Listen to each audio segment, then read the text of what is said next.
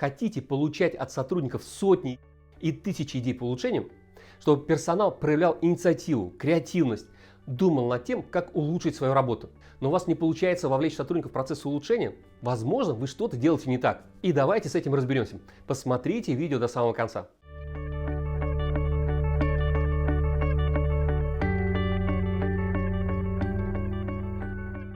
Здравствуйте, меня зовут Сергей Лити, я эксперт по вовлечению сотрудников в процессы совершенствования. Спасибо, что смотрите канал LitiPro.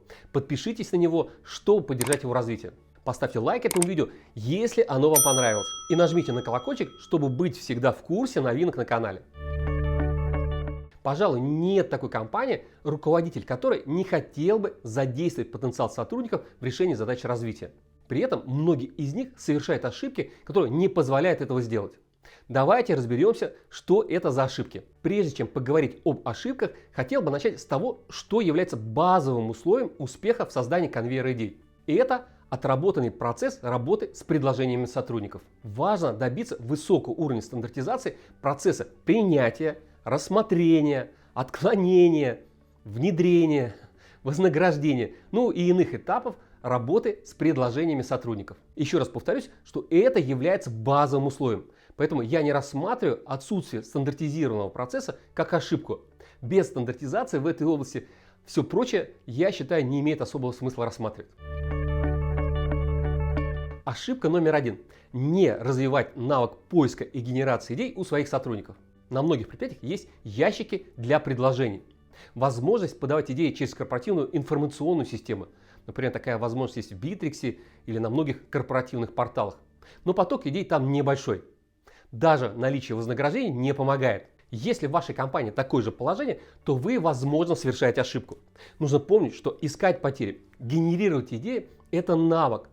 То есть это способность человека, отработанная повторением и доведенная до автоматизма.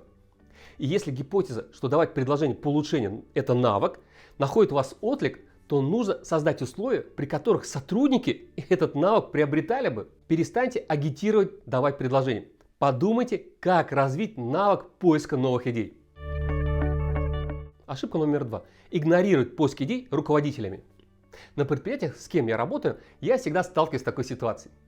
Руководитель сетует, что сотрудники не подают предложений по улучшению. На мой вопрос, а сколько полезных предложений подали лично вы, многие руководители удивляются. По их мнению, идеи по улучшению работы должны давать подчиненные.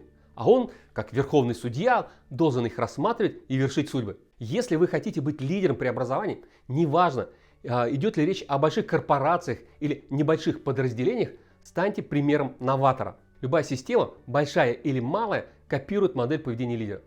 Сотрудники подают мало идей по улучшению. Посмотрите на себя.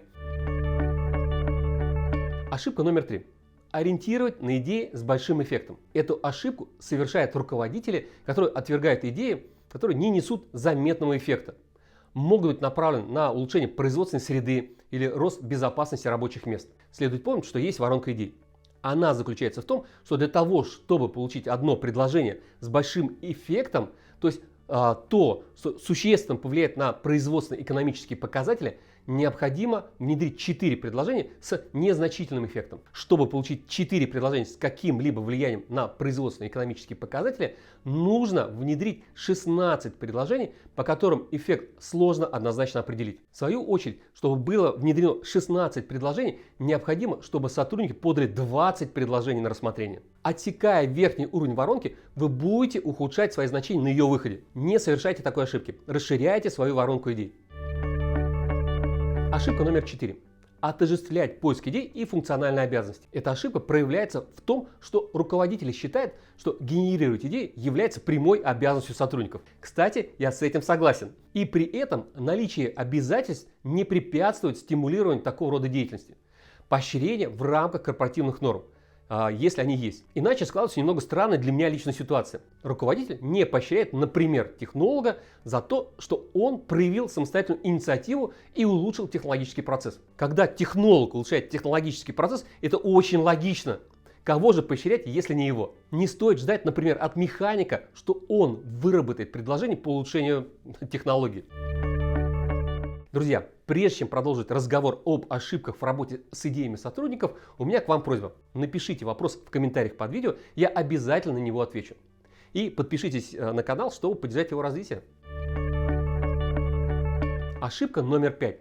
Уверенность в неспособности сотрудников находить идеи. Я очень часто слышу от некоторых руководителей, что в их компании сотрудники просто не способны генерировать идеи. Уж такие они ему достались. Это в других компаниях, о которых мы слышим на конференциях, работают талантливые, инициативные, какие-то особенные сотрудники. Но только не у этих руководителей. Уверяю вас, что в компаниях, где подаются тысячи идей, работают точно такие же, как и у вас сотрудники. Такая невера своих сотрудников приводит к тому, что в компаниях даже не пытаются начать работу по увлечению сотрудников в процессы совершенствования. Уверен, что в абсолютно любой компании можно при системной работе запустить конвейер идей. Ошибка номер 6. Обманывать ожидания. К счастью, в моей практике такое встречается не так часто. Тем не менее было. В одной компании были приняты правила поощрения сотрудников за идеи с экономическим эффектом. Описан порядок расчета такого эффекта. Один из сотрудников подал идею, которая, согласно всех расчетов, привела бы после внедрения к значительному экономическому эффекту. Согласно всех правил, был посчитан размер денежного поощрения, который показался руководителю слишком большим. И он своим решением снизил его почти в 3 раза. Таким образом, были обмануты согласованные ожидания. Это ошибка, которая существенно снижает вовлеченность сотрудников в поиск возможностей для улучшения своей работы. Ошибка номер 7. Непонимание, что способность сотрудников находить идеи – элемент корпоративной культуры. О культуре я говорю, по-моему, практически каждое видео. И при обсуждении заданной в этом выпуске темы не мог никак ее обойти. Если вы действительно хотите создать инновационную компанию, в которой поиск идей по улучшению становится частью культурного кода, когда подавать предложения становится потребностью сотрудников. Так вот, для такой инновационной компании характерен определенный набор ценностей, который поддерживает и развивает стремление генерировать новые идеи.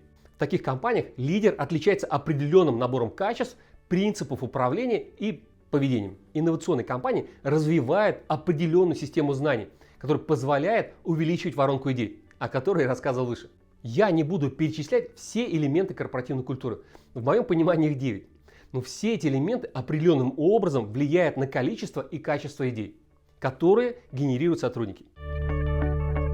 Сегодня я рассказал о 7 ошибках в работе с идеями сотрудников. Избегайте их. Подпишитесь на канал, чтобы поддержать его развитие. Поставьте лайк или дизлайк этому видео. Это помогает мне делать интересный контент. Сделайте репост этого видео, чтобы ваши друзья узнали интересные идеи.